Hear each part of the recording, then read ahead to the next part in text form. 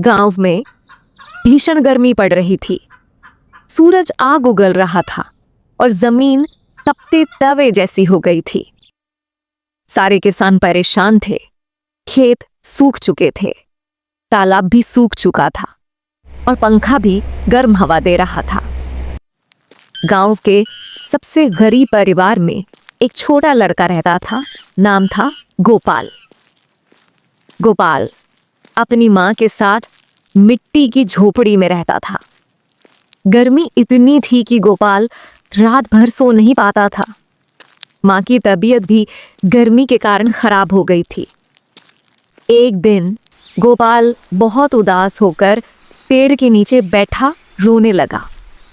उसी समय एक बूढ़ा बाबा वहां से गुजरे।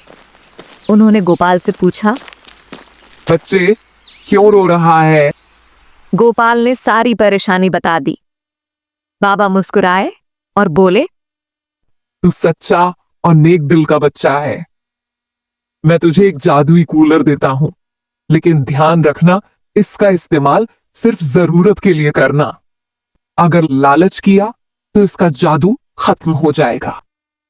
बाबा ने एक पुराना सा दिखने वाला कूलर दिया और गायब हो गए। गोपाल जब कूलर को झोपड़ी में लेकर आया और जैसे ही उसे चलाया, झोपड़ी में ठंडी हवा फैल गई, जैसे पहाड़ों की वादियों से आई हो। माँ की तबीयत भी धीरे धीरे ठीक होने लगी। अब गांव में यह खबर फैल गई कि गोपाल के पास जादुई कूलर है। कुछ लोग जलने लगे, कुछ लोग मदद मांगने आने लगे। गोपाल ने बाबा की बात याद रखी, जरूरतमंदों की मदद करता रहा, लेकिन लालच नहीं किया। एक दिन गांव के जमींदार ने सोने की थैली देकर कूलर खरीदना चाहा, लेकिन गोपाल ने मना कर दिया। जमींदार ने कूलर चुराने की भी कोशिश की, लेकिन जैसे ही उसने कूलर छुआ, कूलर हवा में गायब हो गया। उसी रात बाबा फिर से आए।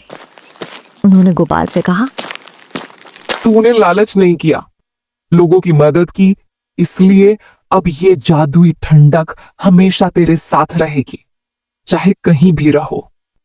और तभी से गोपाल का घर गर्मी में भी ठंडा रहता था और गांव के लोग भी मिल बांटकर उसकी मदद से राहत पाते थे। सीख: सच्चे दिल से किया गया कार्य और दूसरों की मदद करने का भाव हमेशा फल देता है। लालच करने वाला अंत में सब कुछ खो देता है।